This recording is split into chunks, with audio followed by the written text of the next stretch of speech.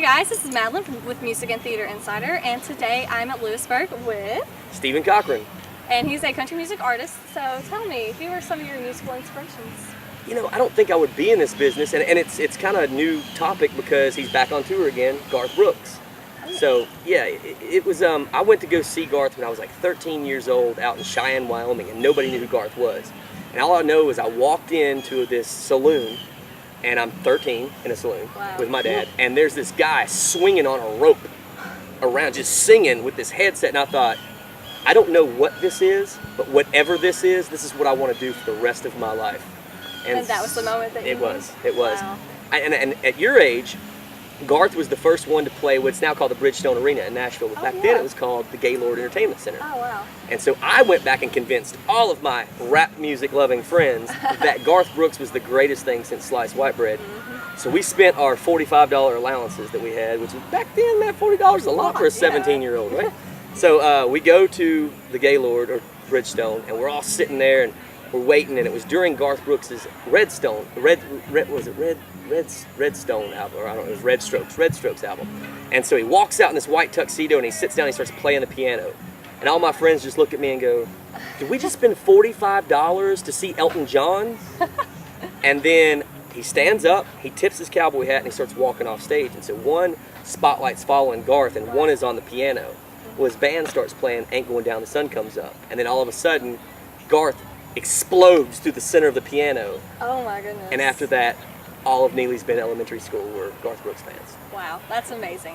And you have a new album coming out in November. Tell us more about that. I do. You know, our first album was love. I just got out of the Marine Corps, and I'd spent time in Iraq, and I was injured in Afghanistan, and so I really wanted to just live my dream.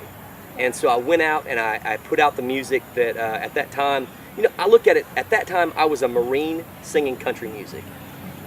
The way I like to look at it now is I'm a country artist who is a Marine. And so it's taken me, you know, a couple of years to learn how to use my songwriting as therapy, because the way I look at it is I'm not unique. There's a lot of people out there that if I'm going through something, they probably are too. So if I write about it, maybe I can help them through it. Tell us more about your single and the inspiration behind that. Well, there's only 3 songs on the new album that I didn't write.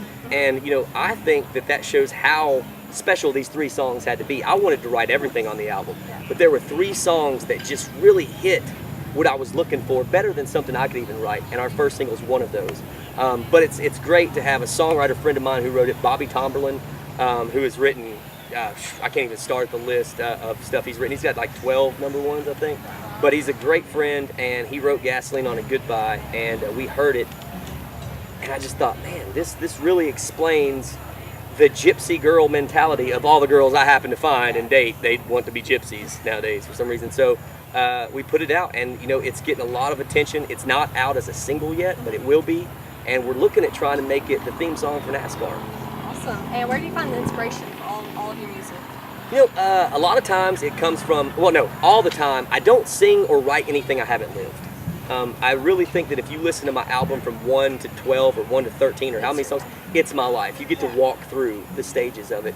And so you'll never hear me play anything that I haven't lived or I haven't been through, you know, so it really just comes from everyday life. Big thanks to Stephen Cochran today. You can check out all of his information at www.stephencochran.com or www.facebook.com/Stephen Cochran Music. Yes, and I'll put all of those links below. You don't even have to remember it. Thanks, guys. Bye.